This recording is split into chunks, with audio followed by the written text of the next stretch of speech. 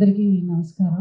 ఈరోజు Savitri class book launch ఈవెంట్లో participate చేయడం నా అదృష్టంగా భావిస్తున్నాను.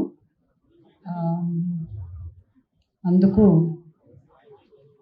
పద్మవిభూషణ్ చిరంజీవి గారికి థ్యాంక్స్ చెప్పాలి. వారు నన్ను గుర్తుపెట్టుకుని నా ఇక్కడ ఆహ్వానించడం చాలా సంతోషంగా ఉంది. థ్యాంక్ యూ చిరంజీవి గారు.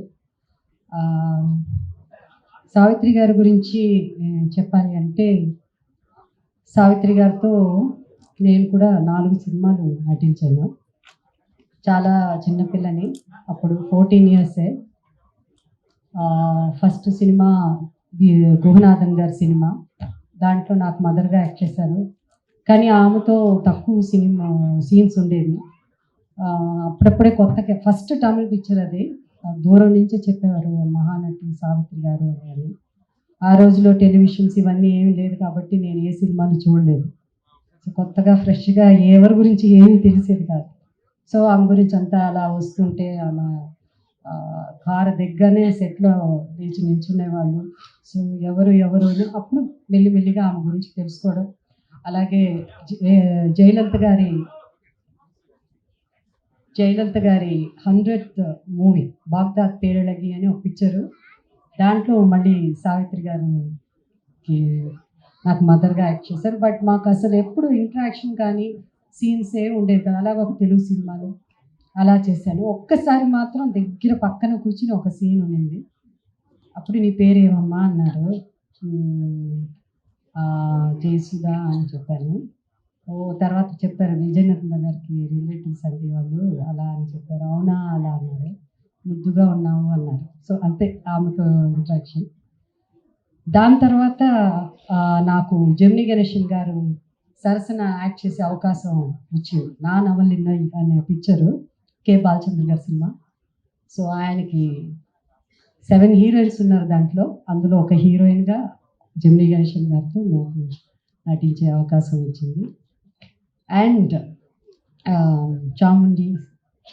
చాము, అలాగే గోవిందరావు గారు, వారు నాకు చిన్నప్పుడు సినిమా పరంగా కాకపోయినా మా అంకుల్ స్టాలిన్ గారు, అలాగే మా రేణత్త, గోవిందరావు గారికి చాలా చాలా క్లోజ్ ఫ్రెండ్స్ వాళ్ళు.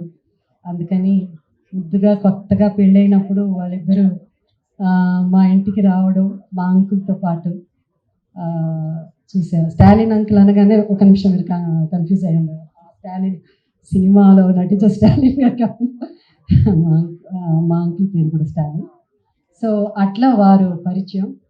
ఈరోజు నేను ముఖ్యంగా నాకు ఏమనిపించిందంటే, ఇవాళ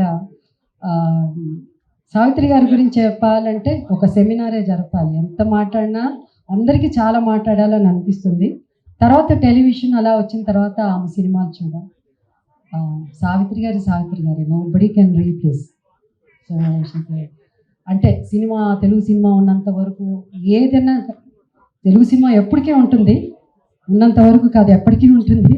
బట్ సావిత్రి గారు అండ్ జనరల్గా ఒక హీరో ఉంటే ఆ హీరోకి చాలా పాత హీరోస్ అయినా అక్కడ యాక్టర్స్కి ఎక్కువ ఫంక్షన్స్ జరుగుతూ ఉంటాయి.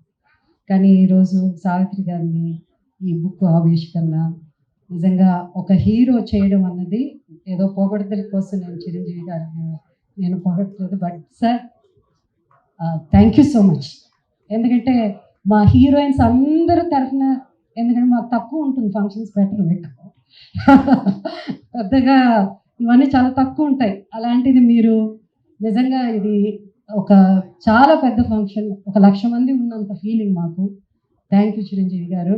And you are blessed. So Surekha గారు, and thank you so much.